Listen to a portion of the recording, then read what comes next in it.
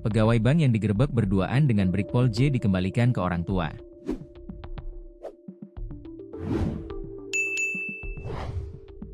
Seusai diamankan dan dimintai keterangan, wanita pegawai bank plat merah yang digerebek berduaan dengan Brigpol J di kamar villa dikembalikan ke orang tuanya.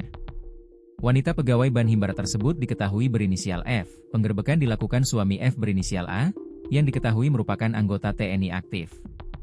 Kasus dugaan perselingkuhan tersebut terkuak setelah suami F melakukan penggerebekan di satu kamar villa di kawasan Curup, Kabupaten Rejang Lebong, Bengkulu, pada Sabtu, 5 Juli 2025. Dikutip dari sripoku.com, Dandim 0406 Lubuk Linggau, Letkol Infantri Ari Prasetyo, melalui Pasi Intel, Kapten Budi Raharjo, ketika dikonfirmasi membenarkan adanya penggerebekan tersebut.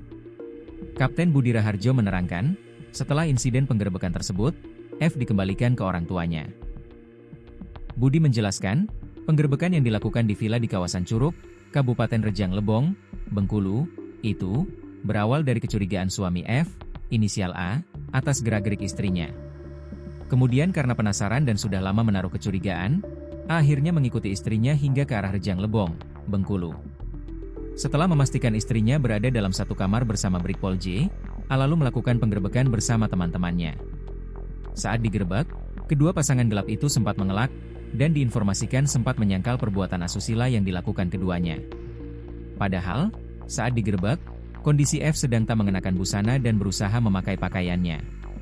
Namun, karena kecurigaan yang sudah lama, keduanya hanya bisa pasrah dan informasinya keduanya sempat diamankan di Polres Rejang Lebong. Dijelaskannya penggerebekan dilakukan oleh tim gabungan dari Kodim 0406 Lubuk Linggau dan Polres Rejang Lebong.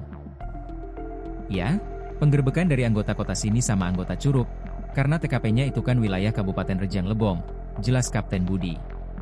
Kapten Budi Raharjo menerangkan, setelah insiden penggerebekan tersebut, F dikembalikan ke orang tuanya.